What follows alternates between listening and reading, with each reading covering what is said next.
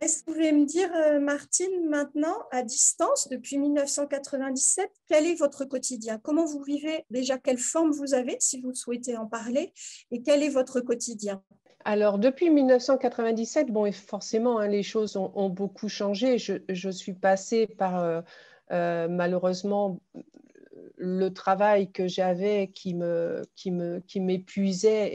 Enfin, c'était surtout des douleurs de compensation, hein, puisque je marchais de plus en plus mal et puis des chutes répétées à mon travail. Donc, il était bien évident qu'il arrivait un moment où il a fallu que je m'arrête de travailler. Que je me mette en invalidité. Ça a été depuis 1997, il est bien évident que la maladie a évolué et que malheureusement, il a eu que j'arrête de travailler parce que bon, j'étais quand même aide-soignante et évidemment, c'est très fatigant, très, très fatigant. Et puis les douleurs étaient là, ça devenait vite insupportable. Donc, je suis arrivée à une quinzaine d'années à devoir m'arrêter de travailler, ce qui a été pour moi bénéfique en tout cas. Et puis, il a fallu que je m'interroge sur cette douleur et sur cette façon de l'aborder pour éviter de prendre des médicaments. Donc, il est évident que le quotidien s'est un peu amélioré dès l'instant où j'ai arrêté de travailler parce que j'ai eu quand même un peu moins de douleur et que j'ai pu prendre le temps de faire finalement de la prévention et de chercher des moyens de me poser. La douleur pouvait être encadrée et que je pouvais la gérer. Ce que j'arrive maintenant d'ailleurs très bien à faire et bien mieux qu'avant. Comme on peut quand même faire des choses, c'était important. Par contre, la fatigue, là, au quotidien, elle reste énorme et là aussi, je suis en train d'apprendre à la gérer avec le pacing. Voilà, que j'ai appris avec la fatigue chronique, avec cette association. Et c'est vraiment finalement quelque chose qui peut nous aider aussi à, à aborder. Ça, c'est extrêmement important. Et mon quotidien a été, voilà, quand même fatigant, puisque je suis très occupée. Alors, merci Martine de votre réponse et je suis admirative parce que je découvre qu'en fait, il y a toute une partie de la maladie que vous avez tellement intégrée que vous n'en parlez pas. Est-ce que je peux quand même me permettre de créer avec une canne, le plus souvent avec quand même des troubles d'équilibre, des difficultés de chaussage? Est-ce que vous pouvez parler de cet aspect-là que vous avez intégré?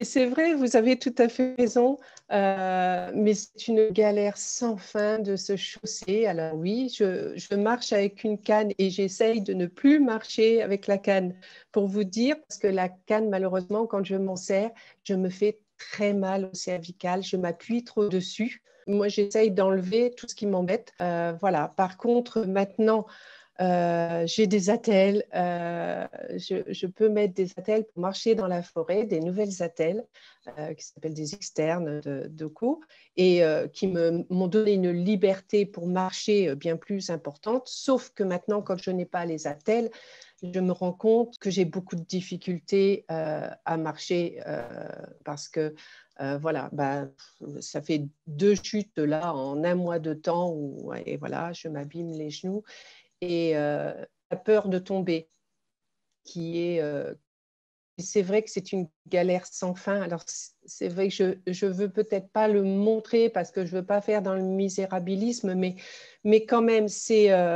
et puis, on veut toujours avoir l'air plus fort qu'on ne l'est, mais c'est une galère sans fin de se chausser, de se dire qu'on n'est plus féminine parce qu'on est obligé de mettre des chaussures qui ne sont pas adaptées, de ne pas pouvoir marcher dans le sable parce que sinon, vous vous luxez les doigts de pied sans arrêt.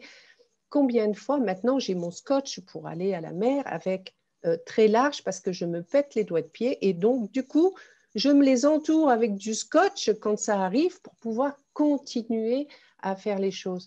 Alors oui, c'est vrai, je suis CMTX hein, pour le dire, donc je ne l'avais pas dit, mais c'est vrai que tous les jours, vraiment au quotidien, c'est usant de vivre avec cette maladie qui fait qu'elle est quasiment invisible quand on me regarde, Mais sauf que maintenant, quand même, quand je marche, ça se voit. Mais c'est vrai que si je ne bouge pas, si je vais à une caisse de Carrefour, par exemple, enfin d'un magasin, je ne vais jamais montrer ma carte parce que déjà, je pense que je vais avoir honte, mais qu'en plus, la peur du regard des gens. Et ça, elle n'est pas facile. Merci Martine pour ce témoignage vraiment prégnant et émouvant.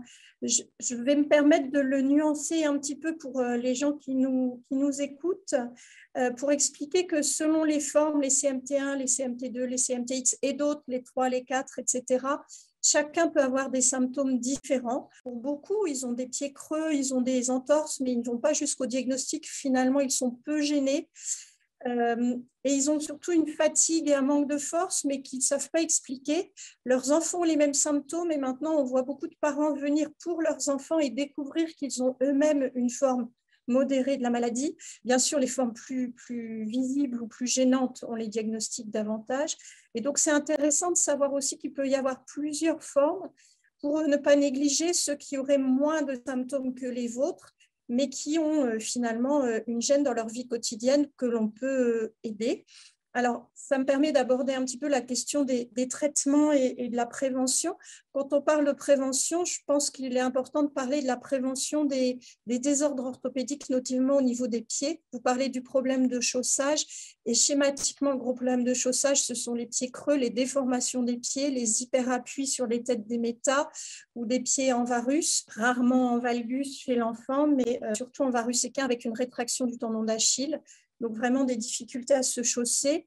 Et donc, il y a plusieurs aspects. La prévention chez l'enfant, il faut savoir que maintenant, par exemple, le port d'attelle de nuit que l'on met bien à angle droit pour étirer le tendon d'Achille, étirer le triceps, étirer la ponévrose plantaire est quelque chose de très important. Et que ça, il ne faut absolument pas le négliger. Donc, ne pas négliger et dire on verra plus tard. Ne pas hésiter à taper les réflexes ostéotendineux chez un enfant pour qui on a des doutes. Et s'ils sont abolis, faire une étude génétique ou un électromyogramme. Si malheureusement les attelles n'ont pas permis d'éviter les rétractions, il faut savoir qu'il y a une part importante qui est traitable chirurgicalement. Attention avec des chirurgiens spécialisés, notamment il y a une équipe entre autres à Paris spécialisée, mais dans toutes les régions. Les centres de référence des maladies neuromusculaires sont là pour orienter au mieux. Que pour les enfants, il faut savoir adapter éventuellement l'école en leur donnant un ordinateur si l'écriture à la main est trop fatigante, puisque les pieds sont gênants à la marche, mais les mains sont gênants vraiment dans la motricité du quotidien. Pour les adultes, vous l'avez bien dit, adapter soit le poste de travail quand c'est possible, soit changer de travail avec toutes les démarches sociales autour qu'il ne faut pas négliger. Faire un dossier MDPH si la maladie démarre avant 60 ans, faire une demande de reconnaissance travailleurs handicapés ou de diverses aides techniques pour les enfants à l'école. Tout ce qui est conseil génétique fait aussi partie, on va dire, de prise en charge thérapeutique préventive.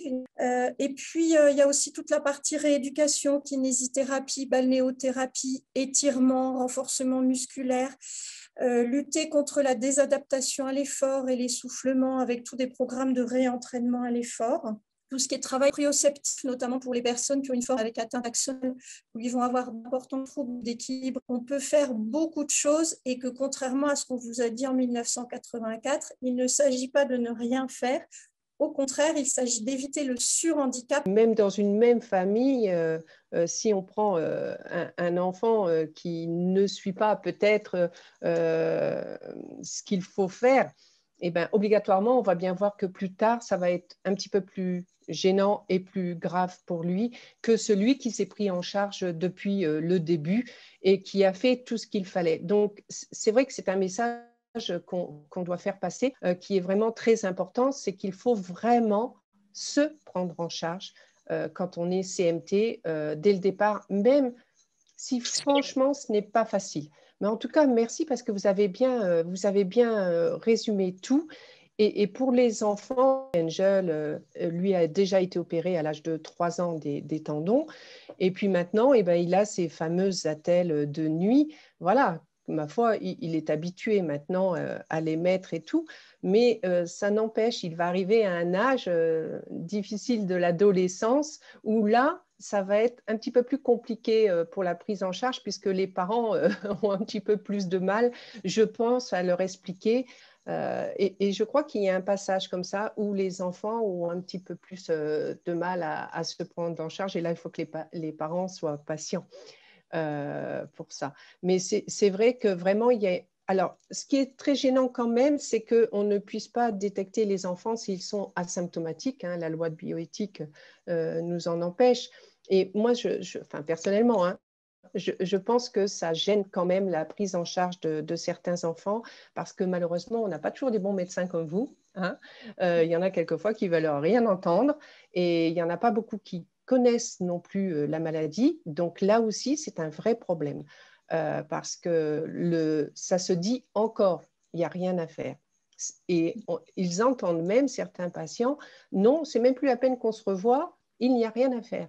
Mais c'est une horreur d'entendre ça encore, voilà, quand on en est à 2.0 en matière de recherche et tout ça, on ne devrait plus l'entendre, ce genre de choses. Voilà, donc merci en tout cas d'avoir bien résumé tout ça. Et c'est vrai que pour les enfants, il y a encore du travail à faire. Et puis surtout, il faut vraiment demander aux parents d'être vigilants, de bien regarder comment marchent leurs enfants et surtout de ne pas laisser passer le temps parce que le professeur de Normandie nous disait, qui est un chirurgien assez connu maintenant, ça y est, il a pris sa retraite, mais il dit on voit arriver des enfants à 7 ans qui sont dans un état qu'on ne peut plus opérer. Donc, vraiment, il faut que les parents aillent voir les médecins et puis insistent pour faire détecter leurs enfants. Tout à fait, Martine. Je suis d'accord avec vous que le dépistage est important. Alors...